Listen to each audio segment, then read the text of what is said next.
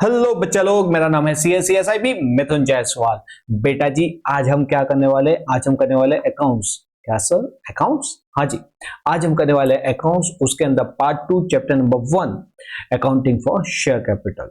सच में सर? हाँ जी, आज मैं आपको अकाउंटिंग का अकाउंट्स के अंदर चैप्टर हमारा फर्स्ट पार्ट 2 का chapter number first accounting for share capital बहुत मस्त तरीके से समझाने वाला हूं। अगर आपके कंसेप्ट क्या है, डगमगे हो, अर्धा पढ़ता आता हूं या तो काफी अच्छा आता हूं, मैं जीरो से चालू करूंगा और 100% क्लैरिटी पे ले जाऊंगा। ये जो पहला जो लेक्चर होगा, मैं आपको खाली छोटे छोटे टुकड़े में लाऊंगा, लेकिन मैं आपको ये बोलूंगा कि ये खाली पहला पार्ट देखना। अगर आपने पहला पार्ट देखा ना, तो आप सामने से लिखोगे sir second third fourth part जल्दी जल्दी भेजो। मैं कंसेप्ट क्लैरिटी के ऊपर फोकस करता हूं, तो पहले पार्ट के अंदर मैं आपका पूरा कंसेप्ट क्लियर कराऊंगा और बहुत मस्त तरीके से कराएंगे। तो हम जीरो से लेके 100% एकदम कंसेप्ट क्लैरिटी पे चलते हैं।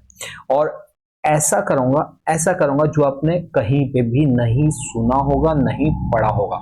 तो कैसे पढ़ने वाले, चलो देर किस बात की, शुरू करते हैं हमारा आज का ये लेक्चर। तो बेटा जी आ जाते हैं हमारी स्क्रीन के ऊपर। Note on share capital. सबसे पहले बेटा जी हम ये समझते हैं कि ये होता क्या है शेयर कैपिटल। तो इसको एक स्टोरी की मदद से समझते हैं। ये हमारे जेठालाल जी, आप सभी के चहीते तारक मेहता का उल्टा चश्मा। अब ये अपने टप्पू टप्पू से बहुत खुश हो रहे होते हैं और टप्पू को देखते हैं कि टप्पू धीमे धीमे बड़ा हो रहा है। एक दिन उसको बुलाते हैं और बोलते हैं कि टप्पू डिका, जमाना बदल रहा है और मार्केट भी बदल रहा है। अब बेटा तुम आगे क्या सोचा है, क्या प्लान है, तुम अब आगे लाइफ में क्या करना चाहते हो, क्योंकि तुम बड़े हो रहे हो, तो आगे का क्या सोचा हुआ तुमने? तो टप्पू क्या बोलता है, पापा मैं गेड़ा इलेक्ट्रॉनिक को सिर्फ बिजनेस नहीं पावरफुल ब्रांड बनाऊंगा। ये जो गड़ा इलेक्ट्रॉनिक है इसको पावरफुल ब्रांड बनाऊंगा। पापा खुश होते हैं पहले तो, अरे वाह, लेकिन करेगा कैसे? तो वो बोलता है टप्पू कि अब गड़ा इलेक्ट्रॉनिक सिर्फ दुकान नहीं रहेगी। तो वो गुस्सा हो जाता है, क्या बात कर रहा है, दुकान नहीं रहेगी मतलब क्या बेचने वाला है क्या तू? तो बोलता है क्या मतलब क्या है? तो टप्पू बोलता है हम इलेक्ट्रॉनिक्स बेचेंगे नहीं, उसको बनाएंगे। मतलब अब तक हम जो ट्रेडिंग बिजनेस कर रहे थे ना, उसका हम क्या करेंगे, मैन्युफैक्चर करेंगे। और हमारे इंडिया के अंदर, आउट ऑफ इंडिया, सब जगह हमारे ऑफिसेस होंगे।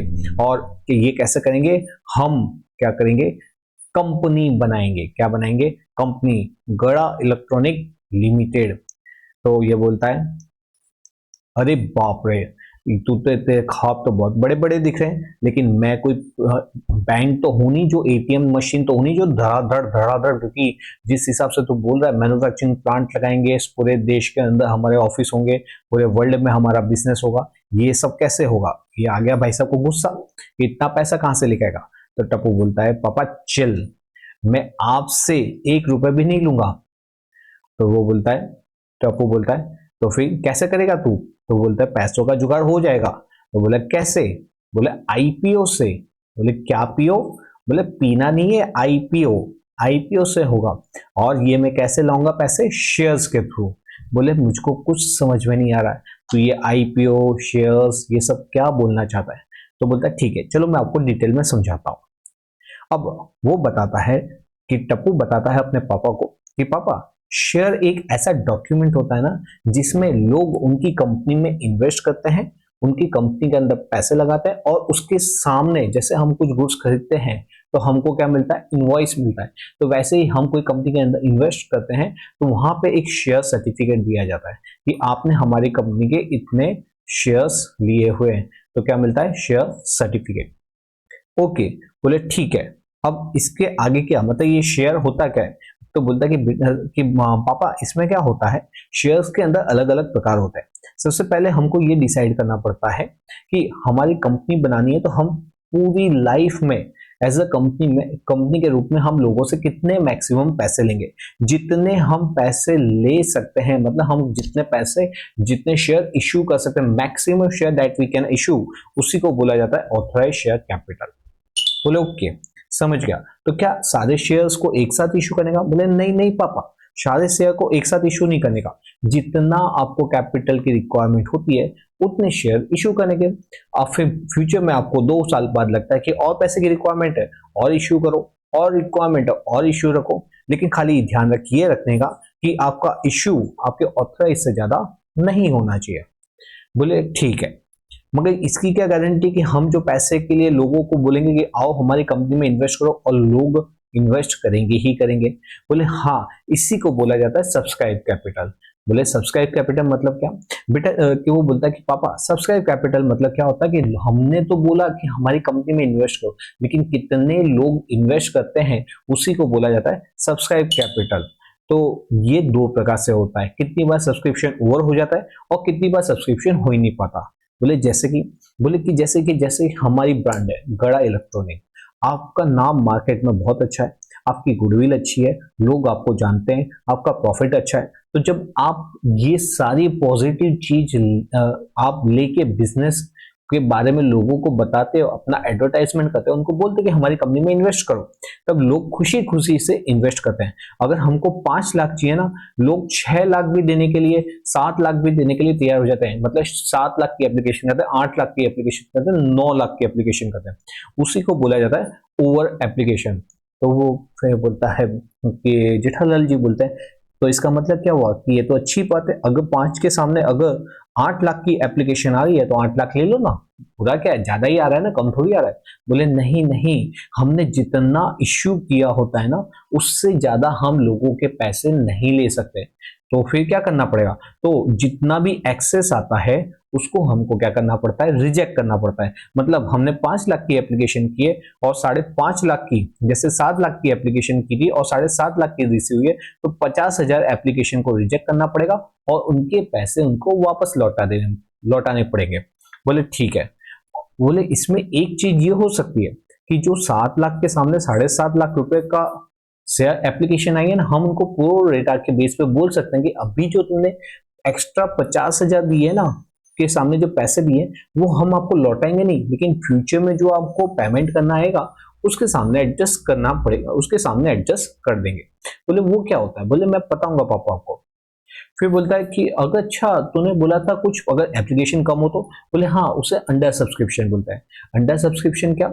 हमने लोगों को बोला 7 लाख की एप्लीकेशन इश्यू की कि लोग आओ हमारी कंपनी में भरो, लेकिन सपोज हमारा मार्केट में नाम गंदा है, हमारा प्रॉफिट है ही नहीं, हमारे लोगों को, हमारी कंपनी के अंदर लोगों का ट्रस्ट नहीं है, हमारा बिजनेस ऐसा नहीं है जो फ्यूचर में अच्छा चल सके, तो लोग क्या करेंगे, हमारी कंपनी में पैसे लगाएंगे नहीं। उसी को बोला जाता है अंडर सब्सक्रिप्शन।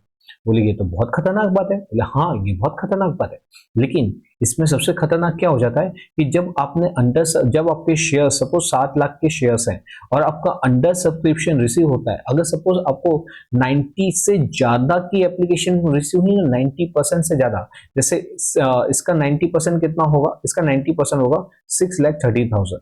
जब आपको 6,30,000 या उससे ऊपर की एप्लीकेशन रिसीव हो, मतलब 6,50,000, 6,80,000, मतलब 90 या उससे ज्यादा की, तो कोई टेंशन वाली बात नहीं है। जितना पैसा मिला वो रख लो, उससे बिजनेस चालू करो, वो उसमें कंपनी लॉ में कोई प्रॉब्लम नहीं है। लेकिन प्रॉब्लम कहाँ हो जाती है, अगर सपोज हमको 80% ही एप्लीकेशन रिसीव हुई है, मतलब इसका 80% हुआ 5,60,000, तो कंपनी लॉ ये बोलता है कि जब आपको 90% से कम एप्लीकेशन रिसीव हो तो पूरा का पूरा पैसा 15 दिन के अंदर उनको वापस दे दो। बोले ऐसा क्यों?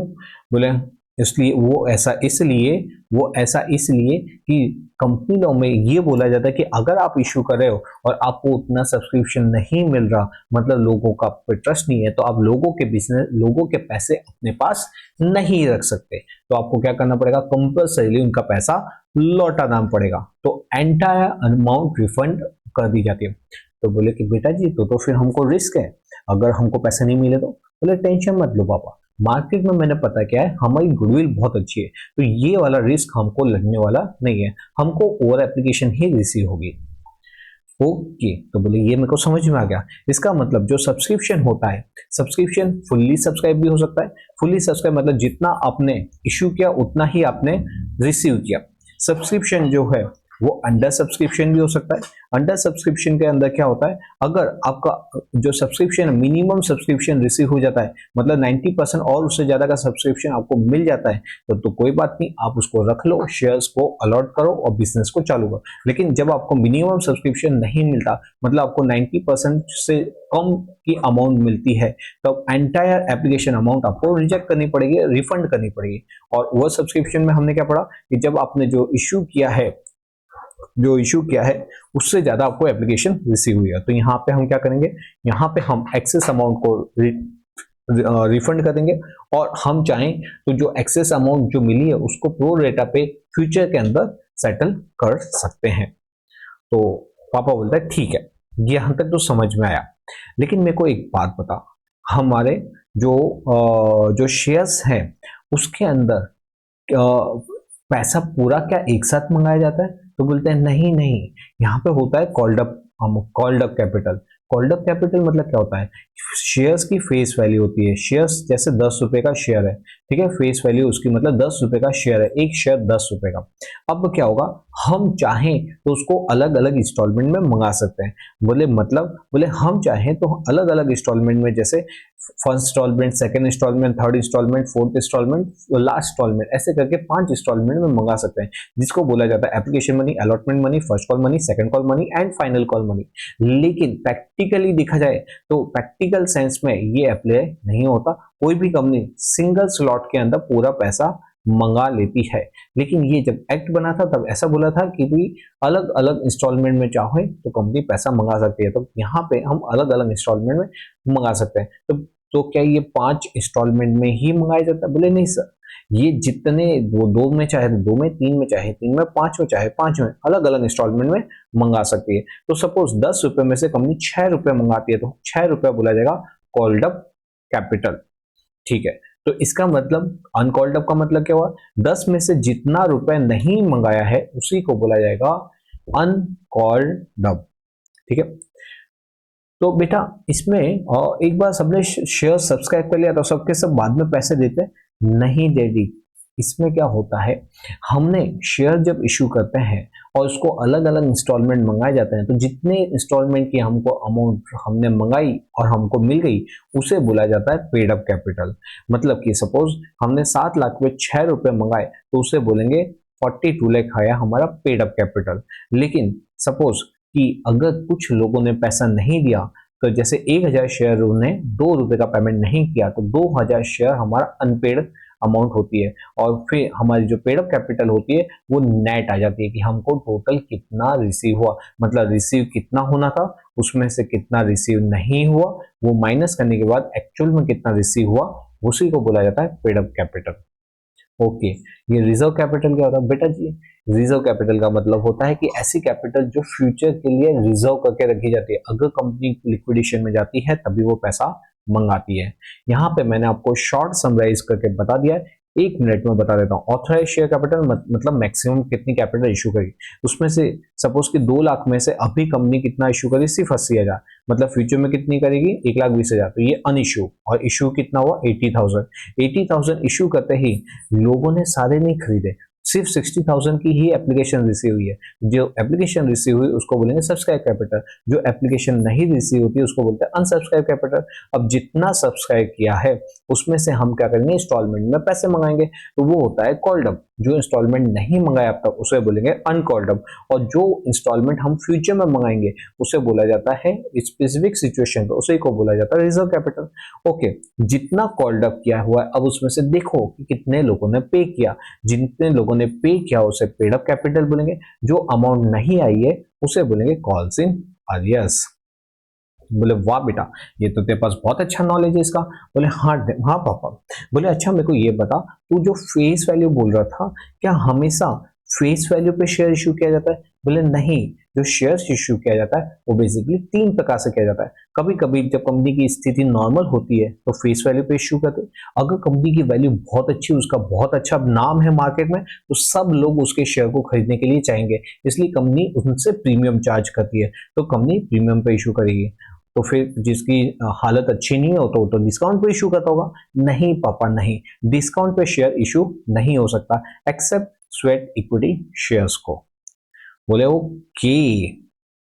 तो ये क्या था, ये था हमारा बच्चा लोग, ये था हमारा क्या, ये था हमारा अबाउट द शेयर। शेयर क्या होता है, ऑथराइज शेयर क्या होता है, और उसके बारे में डिटेल्ड मैंने उसका ब्रेकअप बताया।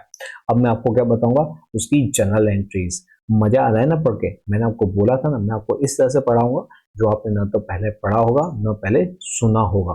तो चलो आगे क्या होता है। अब जब जनरल एंट्रीज के अंदर मैं सारे कंसेप्ट आपको सिखा दूंगा, ताकि नेक्स्ट टाइम जब हम क्वेश्चंस करेंगे ना, तब आपको सारे क्वेश्चंस यूं आएंगे। तो चलो शुरू करें।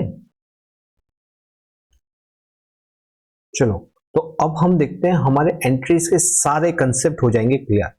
तो शुरू करते हैं हमारा एंट्रीज। अब बेटा जी यहाँ पे अकाउंटिंग एंट्रीज करनी है हमको at the time of application.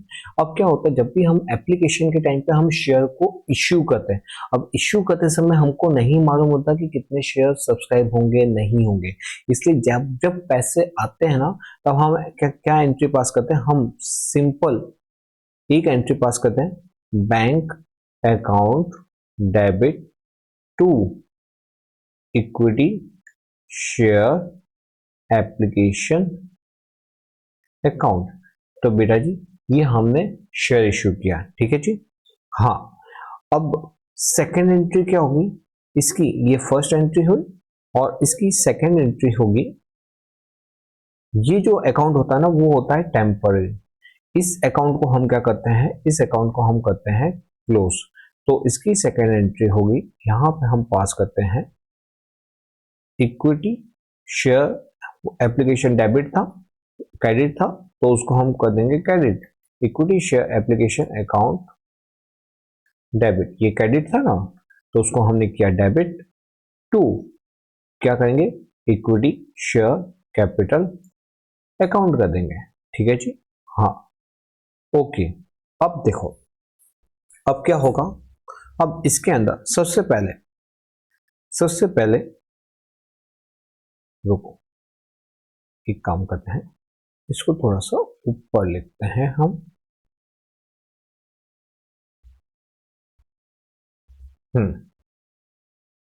अब बेटा इसमें क्या होता है, ये टेम्पररी अकाउंट होता है, और वो टेम्पररी अकाउंट के अंदर ये जो टेम्पररी अकाउंट होता है, इसको हमने यहाँ पे लिख दिया।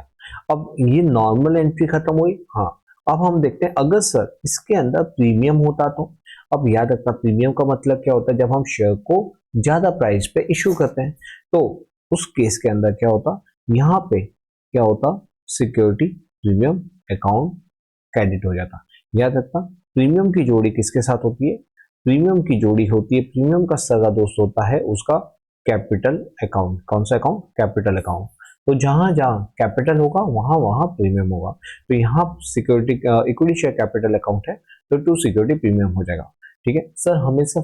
हमेशा एप्लीकेशन में ही प्रीमियम होगा, नहीं, हमको क्वेश्चन में देखेंगे प्रीमियम कौन सी एंट्री में मंगाए। अगर एप्लीकेशन में मंगाए तो प्रीमियम कौन से में आएगा, सेकेंड एंट्री में आएगा, ठीक है सर। अगर है ना एक्सेस अमाउंट अगर रिसीव होती है, सपोज 5 लाख के शेयर इशू किए थे हमने, और हमको एप्लीकेशन 5,20,000 की आई है, ठीक है, तो इसमें क्या करना पड़ेगा, जो 20,000 के जो शेयर हैं उसको क्या करना पड़ेगा, रिफंड करना पड़ेगा।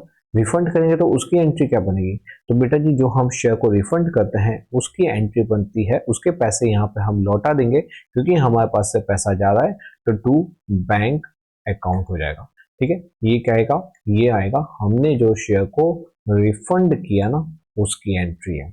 ओके समझ गए। अच्छा सर, प्रो रेटा अलॉटमेंट मतलब जो एक्सेस अमाउंट जो हमको अलॉटमेंट में रिसीव हुए, जिसको हम आगे के इंस्टॉलमेंट में ट्रांसफर करना चाहते हैं, तो उसकी एंट्री क्या होगी, तो बेटा जी उसकी एंट्री क्या होगी, यहाँ पे, क्योंकि वो आपका एप्लीकेशन का पार्ट नहीं है, वो आपका अलॉटमेंट का पार्ट है जो अभी रिसीव हुआ है, तो यहाँ पे क्या आएगा, तो to allotment equity share allotment account, to equity share allotment account हो जाएगा, ठीक है। अगर अगर ये आपका अगर सपोज कॉल का हिस्सा हो, तो अलॉटमेंट के आगे जो भी आता है ना उसमें आता है कॉल्स इन एडवांस अकाउंट, क्या आएगा, कॉल्स इन एडवांस अकाउंट। तो हमने क्या किया, हमने ये बेटा जी ये दो एंट्री के अंदर मैंने जितने प्रकार की पॉसिबिलिटी होती है ना सबके सब बता दिया। नॉर्मल इशू किया हो तो क्या, प्रीमियम से इशू किया हो, शेयर का रिजेक्शन हो जाता है मतलब उसको अगर वापस लौटा देते हैं तो क्या होता है, और प्रो रेटा अलॉटमेंट के अंदर क्या एंट्री होती है। तो ये बेसिकली आपकी क्या होगी, ये बेसिकली इतनी अकाउंटिंग एंट्रीज होती है।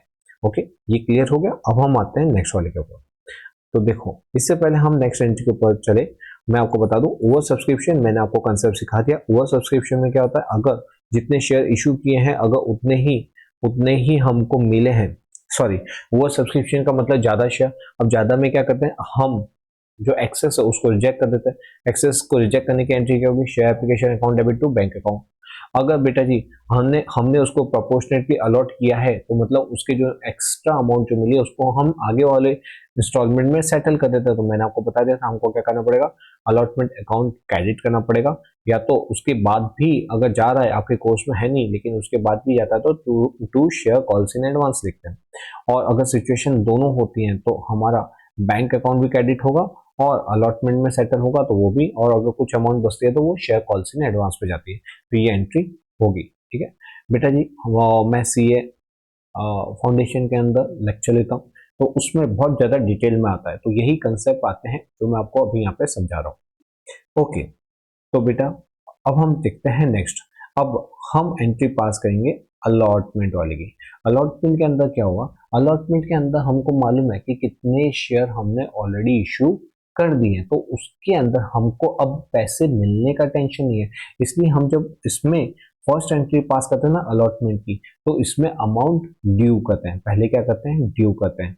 ओके, तो ड्यू करेंगे तो क्या होगा, equity share allotment account debit कर देंगे। ठीक है, इक्विटी शेयर अलॉटमेंट अकाउंट को डेबिट कर देंगे to equity share capital account आ जाएगा। ठीक है, हाँ जी बेटा जी, अगर इसमें विद प्रीमियम हो तो क्या होगा, विद प्रीमियम होगा तो मैंने बताया था इसकी जोड़ी किसके साथ होती है, सिक्योरिटी इक्विटी शेयर कैपिटल के साथ। तो यहाँ पे टू सिक्योरिटी प्रीमियम अकाउंट।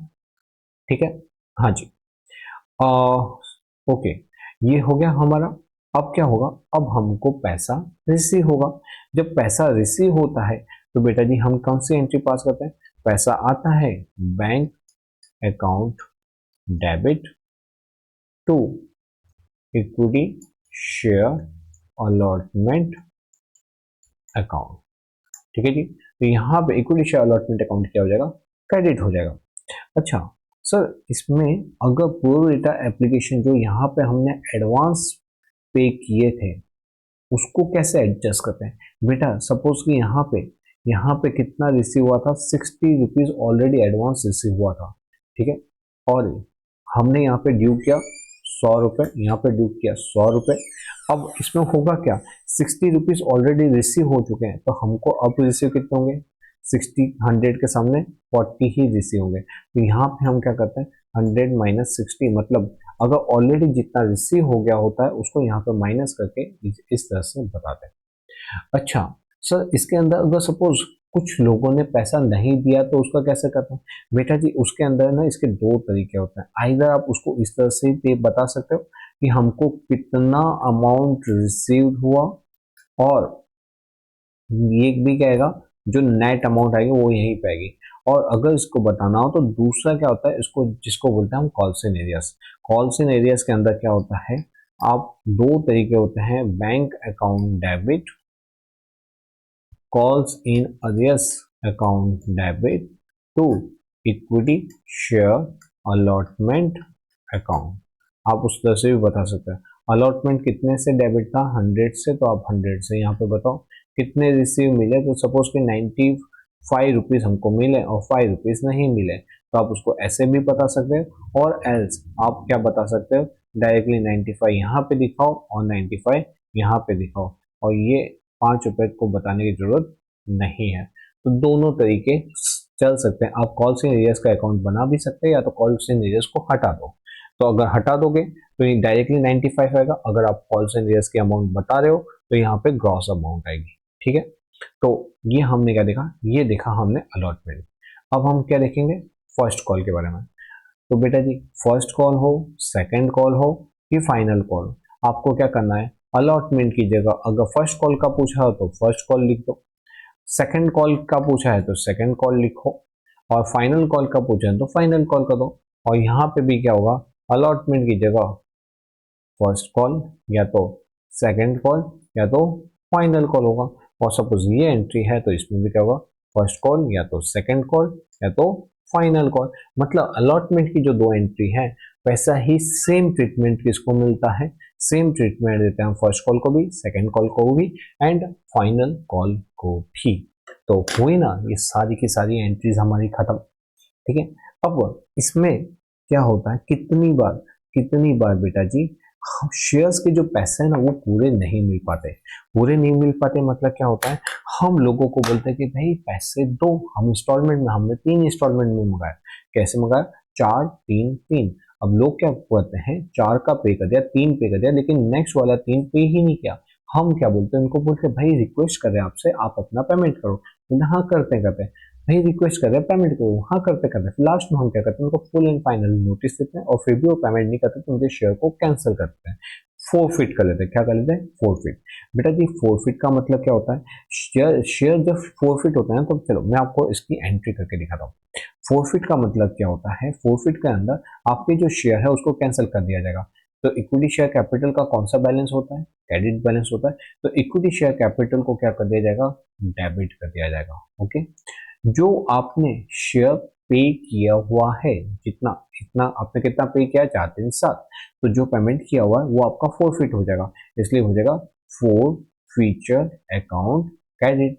और जो आपने नहीं पे किया था उसके लिए आप या तो अगर आपने अलॉटमेंट अकाउंट या तो फर्स्ट कॉल या तो सेकंड कॉल या तो फाइनल कॉल, जो कॉल आपको नहीं रिसीव हुआ उस कॉल को यहाँ पे दिखा देने का। इसके बदले बच्चे क्या करते हैं, अगर आपने कॉल्स इन अरियर्स का अकाउंट क्रिएट किया हो तो इन सब के बदले क्या आएगा, कॉल्स इन अरियर्स। मैं क्या रिकमेंडेड करता हूँ, मैं ये रिकमेंडेड करता हूँ कि आपको क्या करने का, जो तो का अकाउंट क्रिएट कर देने का। अलॉटमेंट है तो अलॉटमेंट का अकाउंट, फर्स्ट कॉल है तो फर्स्ट कॉल, मतलब आपको नेट अमाउंट बताना है। ठीक है, नेट अमाउंट बताते हो तो कॉल्स इन अरियर्स का अकाउंट नहीं आएगा। ठीक है, तो ये बेटा जी हमने क्या कर दिया, फोर फीचर कर दिया। इसमें खाली एक ट्विस्ट आता है। ट्विस्ट क्या होता है, ट्विस्ट ये होता है कि जब हमने सपोज हमने उससे कितने शेयर मांगे थे, हमने उससे मांगे थे 10 रुपए का प्रीमियम था। तो उसने क्या किया था, 10 रुपए का प्रीमियम कैसा था, पहला एप्लीकेशन पे 4, फिर अलॉटमेंट पे हमने 13, कैसे मंगाए थे, 10 + 3, और नेक्स्ट पे था 3। टोटल कितना हुआ ये, टोटल हुआ ये 20 इंक्लूडिंग प्रीमियम हुआ। अब क्या उसने कौन सा शेयर नहीं भरा, सपोज अब उसने ये 13 भी नहीं भरा है और 3 भी नहीं भरा, इसका मतलब उसने प्रीमियम के साथ पैसा नहीं भरा। जब भी अगर उसने प्रीमियम के साथ पैसा नहीं भरा उस सिचुएशन में क्या होगा, हमको क्या करने का, अगर प्रीमियम के साथ पैसा नहीं भरा है तो बस एक लाइन एक्स्ट्रा डाल दो, सिक्योरिटी प्रीमियम अकाउंट डेबिट, जो भी अमाउंट नॉट पेड है। ठीक है, जितना अमाउंट नहीं पे किया, सिक्योरिटी प्रीमियम नहीं पे किया, उतना सिक्योरिटी प्रीमियम अमाउंट यहाँ पे आ जाएगी। ठीक है, तो ये हो गया हमारा, हाँ, तो ये सिक्योरिटी प्रीमियम अकाउंट क्रेडिट हो जाएगा, डेबिट हो जाएगा। ये मैंने क्या बताया आपको, इक्विटी शेयर कैपिटल के साथ सिक्योरिटी प्रीमियम आता है। ओके, तो देखो इधर, तो बेटा कहने का मतलब क्या है, कहने का मतलब सिंपल है। जब भी फोर फीचर होता है ना तो आपको क्या करना है, आपको equity share capital account debit करना है टू फोर फीचर अकाउंट, और जो कॉल नहीं पे किया तो वो कॉल का नाम लिख देने का। अगर फोर फीचर के अंदर अगर आपने जो पेमेंट नहीं किया उसमें अगर प्रीमियम का भी पेमेंट रिसीव नहीं हुआ है तो सिक्योरिटी प्रीमियम को डेबिट कर दो बस। डेबिट कैसे याद रहेगा, तो जो इक्विटी शेयर कैपिटल डेबिट है तो वो भी डेबिट हो जाएगा। ठीक है, तो यही एंट्री क्या है, यहाँ पे मैंने आपको जो लिख के बताई है वही एंट्री यहाँ पे लिखी हुई है। ठीक है, अब ये शेयर्स को कंपनी क्या करती है, ये शेयर्स को कभी भी कंपनी अपने पास नहीं रखती, इसको क्या कर देती है, री इशू कर देती है। बेटा जी री इशू करेंगे तो उसके अंदर क्या एंट्री होगी, जब भी हम री इशू करते हैं तो री इशू क्या होगा, री इशू के अंदर पैसा आता है bank account debit to equity share capital, बस आपको ये ध्यान रखना है। ठीक है, अब उसके अंदर क्या होगा, 10 रुपए का शेयर था जब फोर फीचर किया, 10 रुपए का शेयर था जब फोर फीचर किया था, और उसको रीइश्यू भी कैसे किया, 10 में। तो आपको यहाँ पे क्या लिखना है, 10 और 10। एक सिनारियो ये है। दूसरा सिनारियो क्या होता है, नहीं नहीं, हमने हमने क्या किया, 12 में री इशू किया है। अगर आपने ज्यादा में री इशू किया है तो आपको क्या करना पड़ेगा, अब इक्विटी शेयर में तो 10 ही ले जा सकते हैं, आपको यहाँ पे एक अकाउंट क्रिएट करना पड़ेगा, टू सिक्योरिटी प्रीमियम अकाउंट। कितना आएगा, 2 रुपए। लेकिन आप बोलते कि नहीं सर, हमने तो क्या किया, 10 का शेयर था लेकिन 9 में ही री इशू किया है। अगर 9 रुपए में री इशू किया मतलब 1 रुपए कम में किया है, तो सर डिस्काउंट लिखेंगे ना, नहीं डिस्काउंट वर्ड नहीं आता यहाँ पे। कौन सा वर्ड आता है, फोर फीचर अकाउंट। तो यहाँ पे क्या आएगा, share forfeiture account, four feature account debit. कितना कम किया हुआ है, 1 रुपए कम। तो बेटा जी यहाँ पे इम्पैक्ट मैं आपको बताता हूँ कैसे रहेगी। कुछ इम्पैक्ट इसकी ऐसे आएगी, देखो कितने का कंपनी को लॉस हो रहा है, कंपनी को लॉस हो रहा है 1 रुपए का। तो यहाँ पे 1 रुपए ऐसे आ गया। कितना रिसीव हुआ, 9 रुपए, और इक्विटी शेयर कैपिटल में कितना जाएगा, 10 रुपए। बस आपको फोर फीचर में यही याद रखना है। अगर मैं इसका अगर यहाँ पे चार्ट बना दूं, फोर फीचर, फोर फीचर के अंदर, फोर फीचर नहीं, री इशू, री इशू किया। री इशू कैसे करेंगे, री इशू 3 प्रकार से होगा। एट पार, कैसे होगा, par, premium and discount. Par पे हम क्या करेंगे, एंट्री पास करेंगे, bank debit to equity share capital, 10 रुपए, 11 रुपए एंड 9 रुपए। शेयर फोरफिट कितने में गया था, जब 10 रुपए का शेयर फुल्ली सब्सक्राइब हो गया था तब फोरफिट किया था। अब देखो, अब इसमें क्या होगा, इक्विटी शेयर कैपिटल में कितना जाएगा, 10। प्रीमियम से किया है हमने रीइश्यू, तो यहाँ पे क्या होगा, ये जो एंट्री है ना वही की वही आ जाएगी, सिर्फ एक लाइन यहाँ पे क्या हो जाएगा, ऐड हो जाएगी। मतलब ये एंट्री वही का वही हो जाएगा। बैंक अकाउंट फटाफट में लिख देता हूँ, debit to equity share capital, और एक लाइन क्या आ जाएगा, ऐड हो जाएगी, टू सिक्योरिटी प्रीमियम। लेकिन नहीं सर, हमने तो उसको 9 रुपए में इशू किया, कोई बात नहीं, bank account debit to equity share capital. अब देख बेटा, रिसीव कितना हुआ है बैंक के अंदर, बैंक के अंदर रिसीव हुआ है 9, लेकिन शेयर कैपिटल कितना से जाएगा, 10 से। बैलेंस कितना बचा, डेबिट तरफ। तो यहाँ पे क्या आएगा, यहाँ पे आएगा शेयर फोर फीचर अकाउंट, कितना आएगा, 1 रुपए। समझ गए, बस ये तीन में से और होगा कोई भी एक एंट्री आएगी, ठीक है। लास्ट में क्या होता है बेटा जी, हमने शेयर फोरफिट कर लिया, अब हमको क्या करने का, जो हमारा शेयर फोर फीचर का अकाउंट था ना, शेयर फोर फीचर का अकाउंट, फोर फीचर का अकाउंट क्या होता है, ये होता है टेम्पररी अकाउंट। कैसा अकाउंट होता है, टेम्पररी। अब हमने क्या किया है, जब हमने फोरफिट किया था तब उसको क्रेडिट किया था, ठीक है। जब हमने री इशू किया तो यहाँ पे क्या किया हुआ है, डेबिट किया हुआ है। तो क्या करेंगे हम, जितना क्रेडिट बैलेंस है उसको डेबिट बैलेंस में से माइनस करेंगे, और जो बचेगा उसको हम कहाँ ले जाएंगे, कैपिटल रिजर्व के अंदर, इसके अंदर कैपिटल रिजर्व।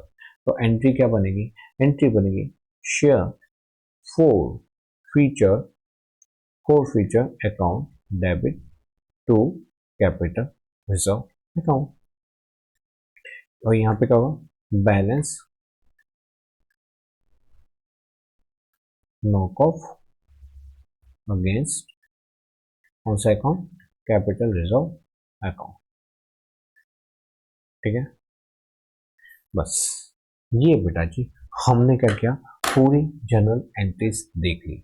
इशू की भी क्या होती है, उसके बाद इशू अगर प्रीमियम से हो तो क्या एंट्री होती है, प्रीमियम से ना हो, अगर ज़्यादा एप्लीकेशन हो तो क्या एंट्री होती है, प्रो रेटा हो तो क्या होता है, प्रीमियम आता है तो क्या होता है, कॉल्स इन एडवांस क्या होता है, अगर कोई अमाउंट नहीं मिलती बीच में, कॉल्स इन एरियस तो क्या होता है। मतलब हमने सारे प्रकार के एडजस्टमेंट एंट्री देख ली। आई होप आपको मेरा पार्ट वन अच्छा लगा होगा। अगर पार्ट वन अच्छा लगा सर कि हाँ बहुत ज़्यादा डिटेल के अंदर बहुत कंसेप्चुअली क्लियर हुआ है, तो वीडियो के अंदर जरूर से बताना। अब हम आगे क्या करेंगे, नेक्स्ट वाला जो पार्ट है उसमें बुक्स के क्वेश्चन सॉल्व करेंगे। हर एक क्वेश्चन को मैं बड़ा ही मस्त तरीके से आपको कराऊंगा। ठीक है, तो चलो मिलते हैं कुछ ऐसे इंटरेस्टिंग वीडियो के साथ नेक्स्ट टाइम। वीडियो अच्छा लगा तो लाइक करना और कमेंट करके जरूर से बताना। I am waiting for your comment. Bye बेटा।